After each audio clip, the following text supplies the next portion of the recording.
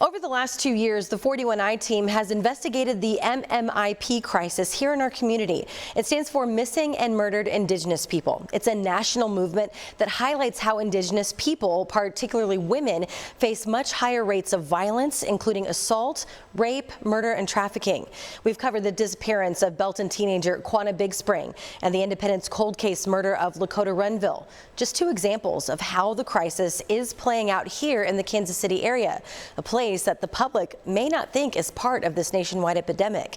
And during our investigation, we also learned that Kansas passed a bill in 2021 that offers free training to law enforcement on how to investigate MMIP cases. It was Kansas's first step to missing Indigenous peoples. We wanted to find out just how many law enforcement agencies actually took that step. So we reached out to every single one of them. That's more than 300 agencies, police departments, and sheriff's offices across the state. We asked how many were aware of the MMIP training and had taken the class, which is voluntary, not mandatory. And 37 agencies responded, 27 were aware of the training, and 9 had already taken it. That's just 3%. Our findings shocked and disappointed Representative Christina Haswood, one of the only Native American lawmakers in Kansas. Okay.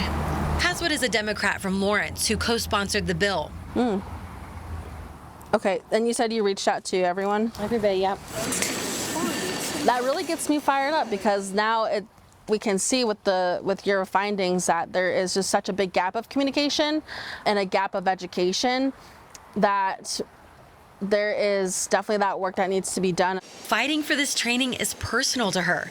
Many of her constituents in Lawrence are Native and represent tribal nations across the country. It really angers me that, you know, we come together with these issues and we say, here's the resources that you ask, but when it's given voluntarily, the resource is not being used. Haswood says there's a perception at the State House that Native Americans don't exist.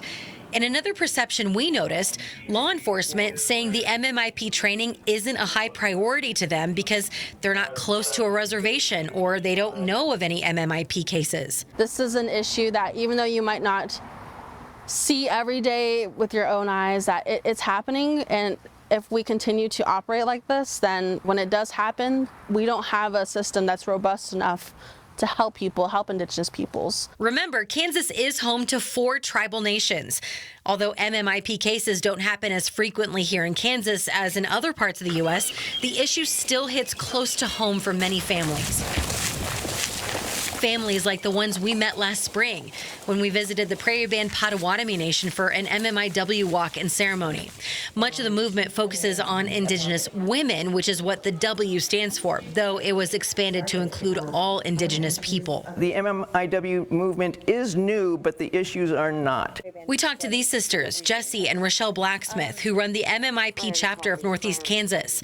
They're advocating for their brother, Willie Blacksmith, who was murdered in July 2022. We're trying to make something good out of what happened to our brother so we could help others. They learned about the state's MMIP training and took it themselves. They say it would be beneficial to all police agencies. What are you supposed to do if a murder happens? This tells you what to do. This goes through the steps, what to do. People's livelihoods are on the line, and families, and getting that peace of mind that our government systems has their back. Haswood hopes she can add more teeth to the training by ensuring all agencies are aware of it, set aside an hour to take it, and make it mandatory instead of voluntary. I'll continue to fight for this issue.